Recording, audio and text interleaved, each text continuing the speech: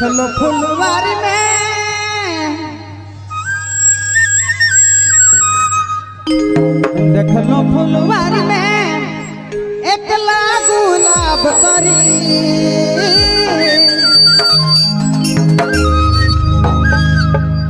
तोर सुंदर जुड़ा में साजा